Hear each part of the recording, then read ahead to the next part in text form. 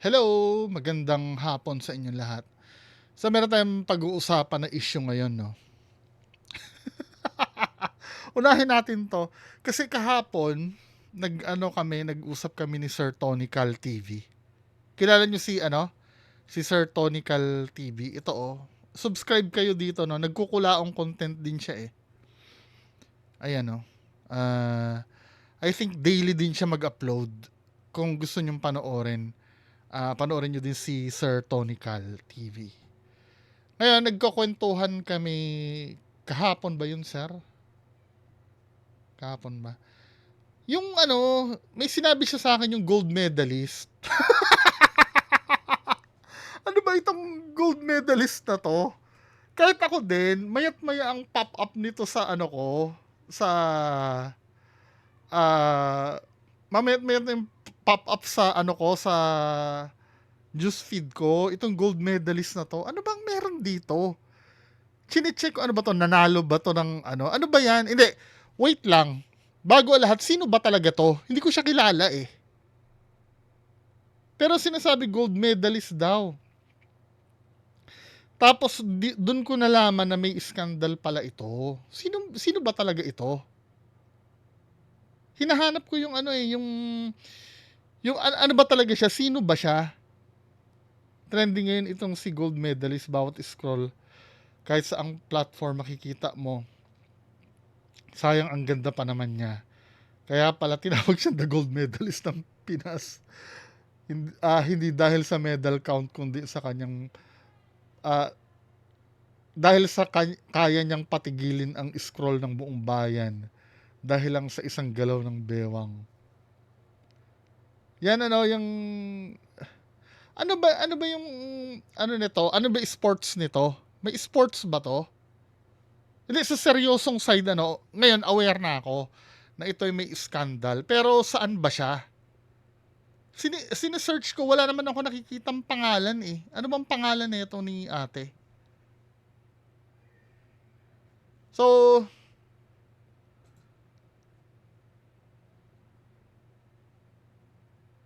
ito yung nalaman ko na ito pala may scandal. Sa akin, yung mga ganyan, hindi ko naintindihan bakit kailangan i-video kasi yung mga bagay? Pag mga ganyan, sacred dapat yun eh. Sa inyo lang yun eh. Bakit kailangan i-video pa? Ano ba yung hindi ano ba yung ano bang pangangailangan at kailangan i-video yung mga ganon? Kasi nga delikado yun eh. Kahit pa sabihin mong boyfriend mo lang yung may kopya o kahit mismong asawa mo na eh. Delikado kasi yun. Yung ganon, hindi mo masasabi, malay mo, ah, ma-hack yung cellphone mo, no? Let's say nawala yung cellphone mo, may mag-extract ng data or kadalasan yan sa sa yung mga celebrity, 'di ba? 'Di ba parang ganyan yung nangyari kay Paolo Bidiones, yung mga videos niya. I think pina-repair niya yata 'yon somewhere sa Green Hills ba siya nagpa-repair, then doon na extract yung mga videos niya. Risky talaga yung ganyan. Ang tip kasi para hindi kumalat ang scandal, wag kayong mag-video. Tama na yung moment nyo na yun. Huwag kayong papayag kahit kayo yung babae o kahit kayo yung lalaki. Huwag kayong papayag na ganon. Inyo lang yun eh.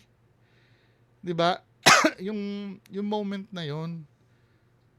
O ngayon, sa bagay, ang pinakamagandang gawin yan, let's say, nagkumalat na si Sir Tony Cal din yung nagbasa. 'Di ba? Wala na, binura ko na. Kung gusto niyo ng kopya, pumunta kayo kay Sir Tony Cal. siya yung anuhin niyo. Siya yung kulitin niyo. 'Di ba? I mean, gymnastics yata ito si ate. Gymnastics ba siya? Kita mo, makikilala ka hindi dahil do sa larangan na na kung saan ka nag-e-excel. 'Di ba? Makikilala ka dun sa hindi dapat na na makilala ka. Pero ang ano diyan, wala na tayong magagawa eh. Kumalat na eh, 'di ba? Wala na tayong magagawa. Ang gawin mo na lang, manahimik ka na lang. Mamamatay din yung issue na yan eh. Lilipas din yan. Ika nga ni Diwata, 'di ba? Lilipas din yan.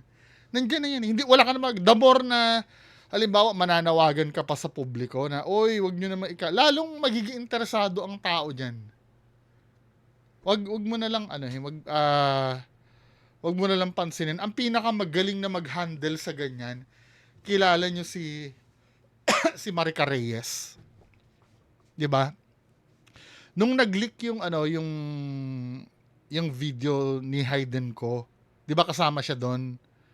Tapos si Katrina Halili. Si Katrina Halili yung pinaka doon eh, yung pinaka alam mo na yung madrama. Kaya siya yung siya yung pinagpiestahan eh.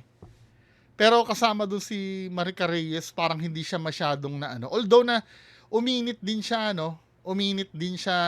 nung time na yun. Pero ang galing niya, hindi niya talaga pinansin. Actually, after nga nung scandal na yun, nagkaroon pa siya ng project eh.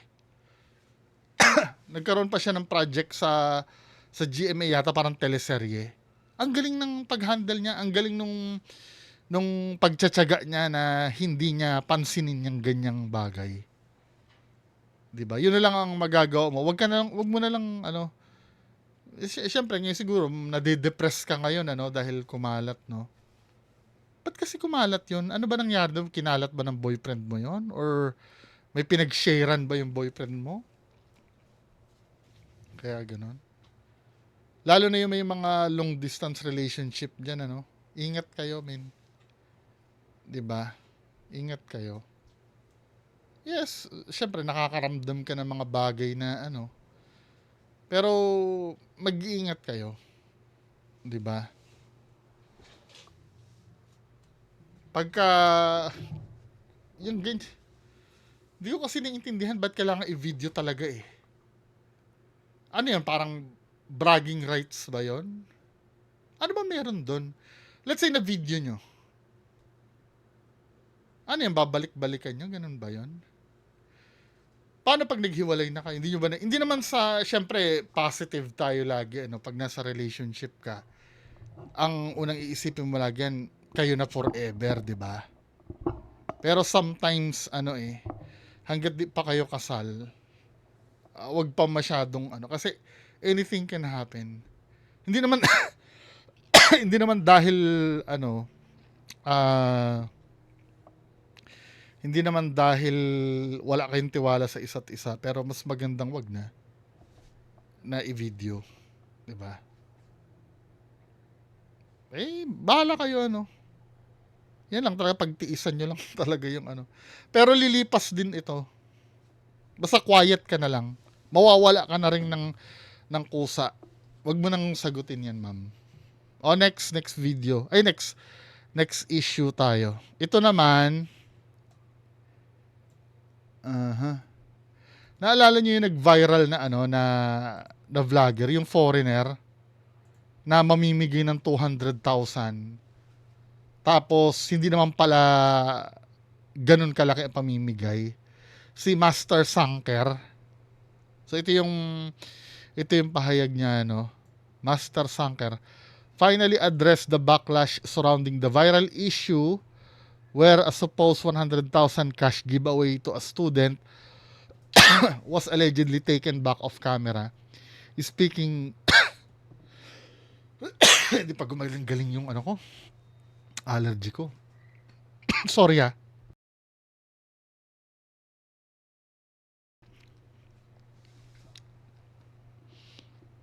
Speaking directly to the Filipino public, he clarified that the amount shown in the video was never meant to be taken literally. So, yung pinakita sa video, hindi naman daw dapat seryosohin yun. Pinaliwanag niya yung pagbibigay ng 100,000 sa isang tao daw doesn't make sense and was never real. According to him, yung idea na isang tao ang makakatanggap ng ganong kalaking pera ay part daw ng naratibo daw ng content. Not an actual transaction daw. In-emphasize niya sa totoong buhay, 'di ba? He brings around 400,000 to 500,000 in total, which is distributed among roughly 2,000 people on the streets. Meaning the money is spread out to help many, not just one. So, ang sinasabi niya dito, totoo naman na namigay siya ng 400,000 to 500,000 daw in total. Kasi almost 2,000 daw na tao yung tinulungan niya eh. In-spread niya lang. Master Sanker also acknowledged the public's anger and disappointment, saying he understands why people are upset and their feelings are valid. He stressed that he has genuine love for Filipino people and bullshit and that his intention was never to deceive out of malice. Hindi eh. The moment na gumawa ka ng bagay na hindi totoo, tapos talagang pinalabas mo sa channel mo na hindi na totoo 'yon, pinaniwala mo ang isang tao sa bagay na hindi totoo, panloloko 'yon. 'Di ba? Binubullshit mo naman kami, sir eh. However, he openly admitted that as a content creator, some parts of his videos are scripted. Practice, he says, in common not only among international creators but also among Filipino vloggers. Ito yung masama eh. Yung porkit common gagawin mo na. Parang ganito yan, men, For example, sa daan. Dito, dito lang sa Pilipinas. Common na Common na may mangotong na enforcer eh. Pero does it mean ba na okay 'yon? Hindi. Common din sa atin na may corrupt na official. Porkit ba common 'yon? Pag ikaw ay naging official na ka na rin? Mangungurap ka na rin? Hindi. Hindi porkit common ang isang bagay ay katanggap-tanggap na. Common sa Quiapo na may mais na tiyan. Kailangan ba mabuhay na tayo na normal yung ganon? Hindi. Di kung ganon lang ang i-abolish nyo na yung batas na magkukulong sa mga magnanakaw, common naman yan eh. 'Di ba? Kabulshitan ito. Yan ang pangit na na prinsipyo. Yung porkit ginagawa naman ng iba yan eh. I do admit sometimes, 'Di ba? Ayoko magpaka-plastic. For example, ako pag nahuli din ako ng enforcer, naglalagay din kasi ako. 'Di ba? Pero mali 'yun.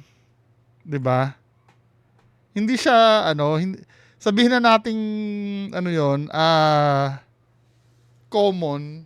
Kasi when you say common, regular nang nangyayari 'yun eh. Dapat hindi. Malas mo, nahuli ka. Wait lang yung paggagawa ng scripted, paggagawa ng scripted ay na vlog ay hindi naman bawal or hindi naman yan masama as long as na yung nanonood ay aware na scripted yon. For example, ganito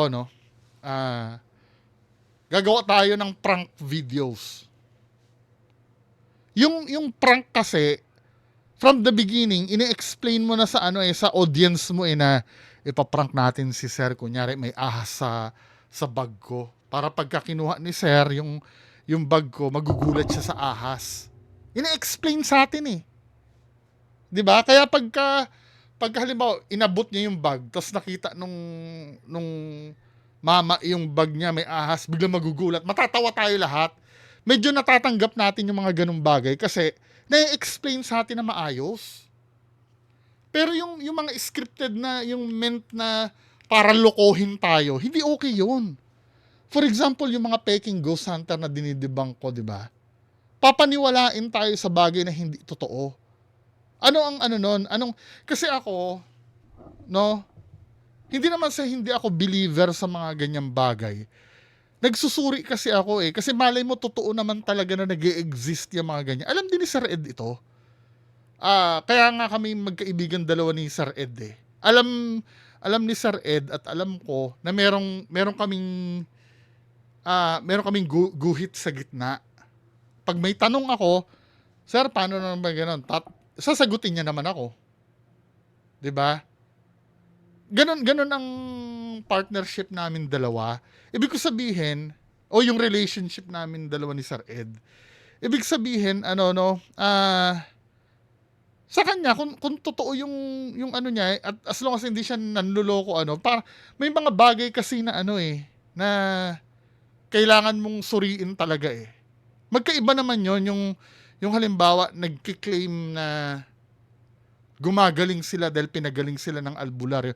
Magkaiba naman yung intention na lokohin yung ano, yung mga nanonood. 'Di ba katulad ni Donsky? Sasabihin niya 1000% daw totoo yung mga videos niya. Putang ina yung ano niya, yung night vision niya na kulay green. Peke yun eh. Ginagago niya yung mga tao nun eh.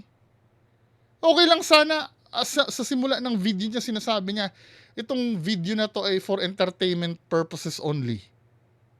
Kaya hindi natin kukwestiyonin yung ano, yung common sense dun sa video. Parang ganito yan ano, pag nanonood ka ng pelikula kasi, may suspension of disbelief dun eh. Kasi alam natin, bago mag-start yung pelikula, yun ay hindi naman totoo. 'Di ba? Kunyari manonood tayo ng horror ano, hindi naman totoo 'yun. Pero meron tayong suspension of disbelief.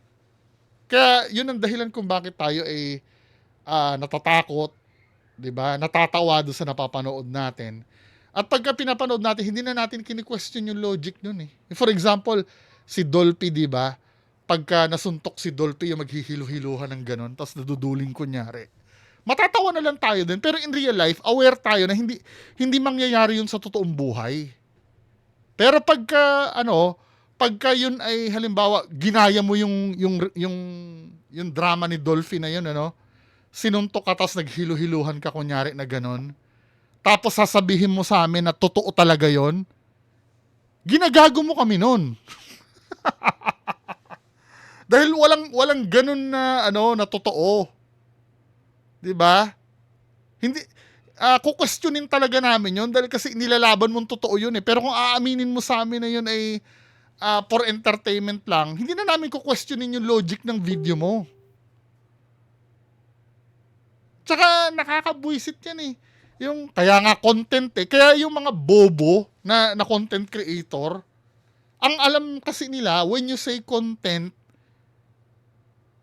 pwede mo nang gawin ng kahit na ano, wala ka ng responsibilidad.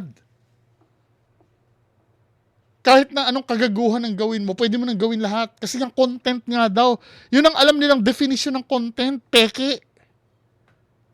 Ang meaning ng content, di ba, yung nilalaman? Dapat makabuluhan din yung nilalaman. Hindi yung basta mag-content ka lang. Kung ang kabuluhan niyan ay ma-entertain yung tao, sasabihin mo sa amin. Ito po ay ginawa namin para ano, hindi naman po seryoso itong video na to. 'Di ba? Kaya lang kasi kapag ka sinabi nyo 'yon, hindi magiging interested ang tao do sa video nyo. Kaya need yung lokohin yung mga tao. Para maging kakumbinsi-kumbinsi yung video nyo. Na pag na-booking na kayo, saka nyo na lang sasabihin na nanloko pa rin kayo nun at yun ay hindi maganda. 'Di ba? He clarified that 100,000 for one person scenario was scripted for content purposes.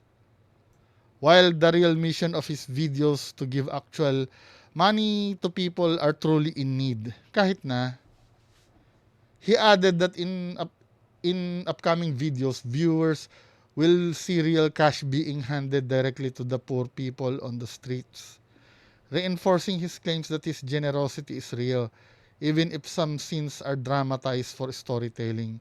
In the end, Master Sanker framed his response as both an explanation and an apology of sorts, asking people to understand the difference between content creation and real life.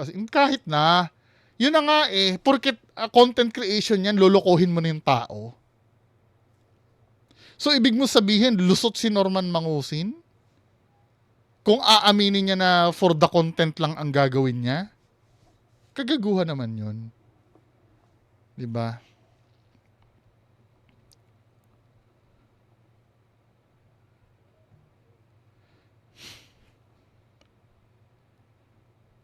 Hindi ko binibili yung ano niya. Kasi ano to nagbibigay ka ng parang yung mga makakapanood nito, mga future vloggers, parang tinuturuan mo na silang maging sinungaling eh. Maaring may genuine na ano ka dito na layunin, 'di ba? Pero dahil may panghalong panloloko kasi ito, aabusuhin ito ng ano eh. Kaya dapat hindi nino-normalize ito. 'Di ba? Kaya lang pag na-expose ka, no, sige, pagbibigyan kita na, ganyan talaga eh. Kaya lang pag na-expose ka, wag kang magagalit sa backlash. 'Di ba? Kasi kung tutuusin kung normal 'yan, dapat wala nagagalit sa iyo eh. Kaya lang ibig sabihin hindi ka tanggap-tanggap yung ginagawa mo. Kaya marami nagalit. 'Di ba? Marami ka na-deceive. Marami ka naloko. Anyway, yan lang po muna pag-uusapan natin ngayong hapon. Magandang hapon sa inyo lahat. Bye-bye.